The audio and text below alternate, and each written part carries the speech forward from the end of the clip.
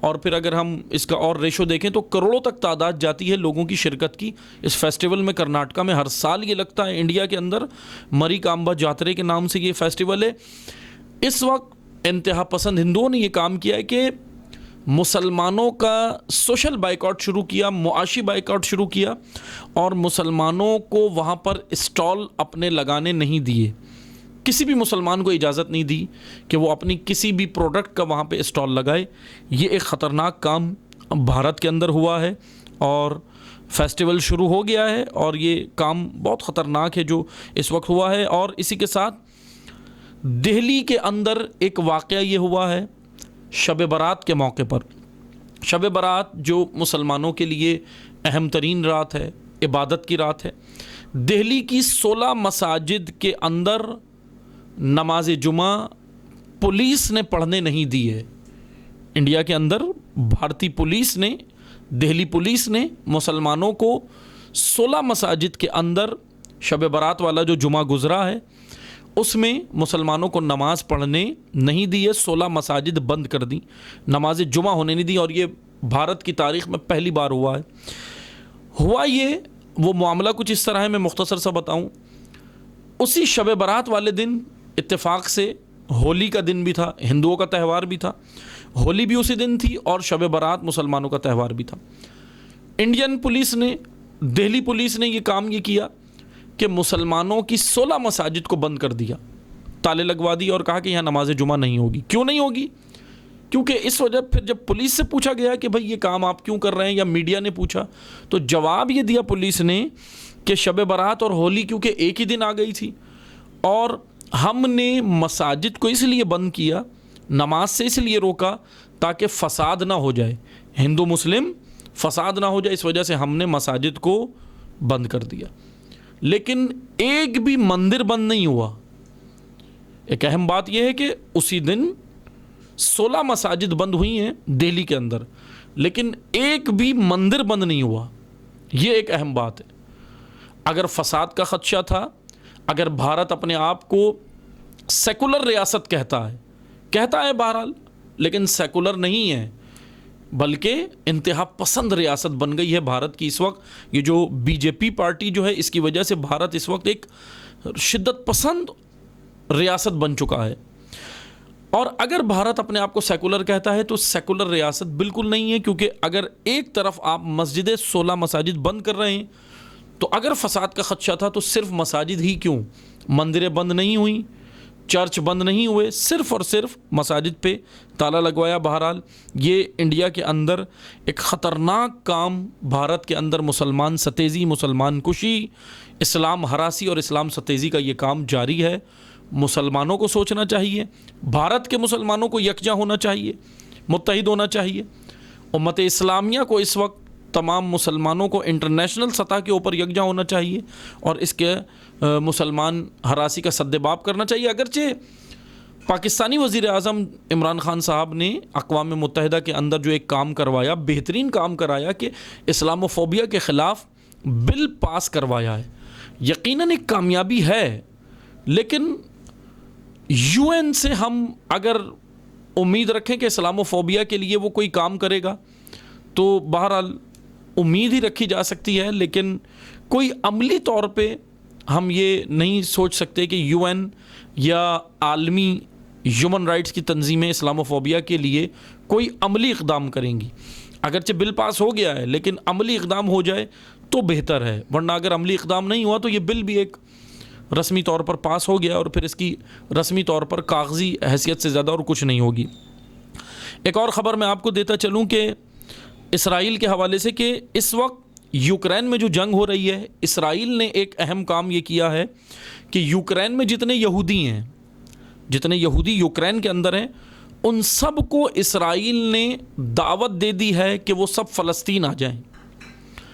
اسرائیلی government نے، اسرائیلی حکمرانوں نے اور اسرائیلی جو ہے وہ سربراہوں نے یہ دعوت دی ہے تمام یہودیوں کو یوکرین کے اندر جو اس وقت موجود ہیں، سب کو یہ کہا ہے کہ وہ آئیں اور ہم ان کو فلسطین کے اندر آنے کی دعوت دیتے ہیں۔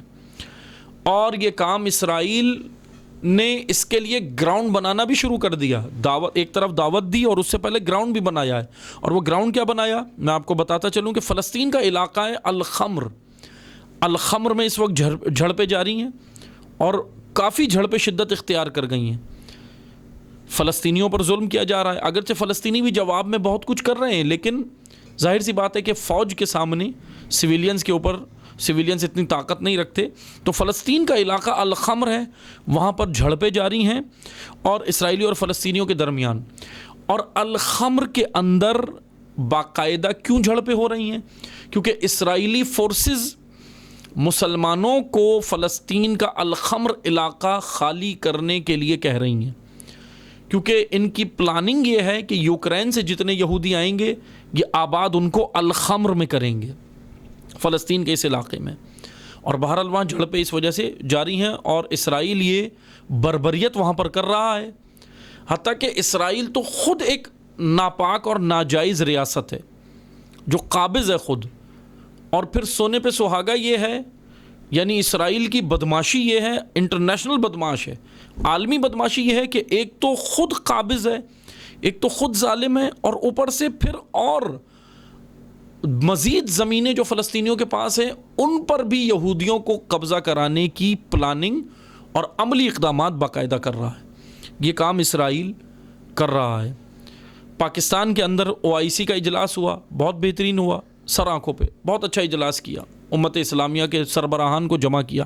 لیکن کشمیر کے اوپر بات ہوئی, فلسطین کے اوپر بات ہوئی, افغانستان کے اوپر بات ہوئی, تمام خطوں کے اوپر بات ہوئی سوائے ایک جگہ کے, اور وہ تھا یمن. سوال یہ بنتا ہے, مسلمان ممالک کے سربراہان جمع ہوئے, وزیر اعظم صاحب سے سوال ہے, عمران خان صاحب سے سوال ہے کہ آپ نے یہ OIC رکھی, اس کے اندر آپ نے کشمیر کا ذکر کیا, فلسطین کا ذکر کیا, اسلام کا بہترین آپ نے تقریر کی اور اسلام کے حوالے سے بہت کچھ آپ نے بیان کیا, رسول اللہ صلی اللہ علیہ وآلہ وسلم کی تعلیمات کو آپ نے بیان کیا کہ پرامن تعلیمات ہیں. لیکن سوال یہ بنتا ہے, آپ نے اگر امت اسلامیہ کے اتحاد کے لیے, امت اسلامیہ کی ترویج کے لیے, امت اسلامیہ کے اس کو قوت و تقویت دینے کے لیے اگر یہ کانفرنس رکھی تھی تو اس کے اندر یمنیوں کا ذکر کیوں نہیں تھا؟ کیا یمنی مسلمان نہیں ہیں؟ اگر آپ ان کو مسلمان نہیں مانتے, یہ جو OIC میں ممالک جمع ہوئے تھے, OIC میں جو سربراہان جمع ہوئے تھے, اگر آپ لوگ یمنیوں کو مسلمان نہیں مانتے تو کم از کم انسانیت کے ناطے ہی تذکرہ کر دیا ہوتا, انسانیت کے ناطے ہی کوئی بات کی ہوتی. لیکن بات کرنا تو دور کی بات ہے, نام تک یمن کا نہیں لیا گیا. یہ ناانصافی ہے. ہیومن رائٹس خاموش ہے, اقوام متحدہ خاموش ہے, سب خاموش ہے. یوکرین کے اوپر واویلا مچائی ہوئی ہے کہ یوکرین کے اندر رشیا یہ کر رہا ہے, یوکرین کے اندر رشیا یہ کر رہا ہے, سویلینز پہ ظلم کر رہا ہے, یہ فائر کر رہا ہے, وہ فائر کر رہا ہے, یہ مار رہا ہے, وہ گولے مار رہا ہے. لیکن سوال یہ بنتا ہے, یمن کی حالت دیکھیں, یمن میں کیا ہے. یمن کی صورتحال, پورا یمن کا انفراسٹرکچر تباہ کر دیا ہے آل سعود نے بمباری کر کر کے. پورا بچوں کو نہیں چھوڑا, خواتین کو نہیں چھوڑا, اسپتال نہیں چھوڑے, تعلیمی ادارے نہیں چھوڑے, کچھ بھی نہیں چھوڑا. لیکن یمنیوں کا کوئی تذکرہ نہیں ہے.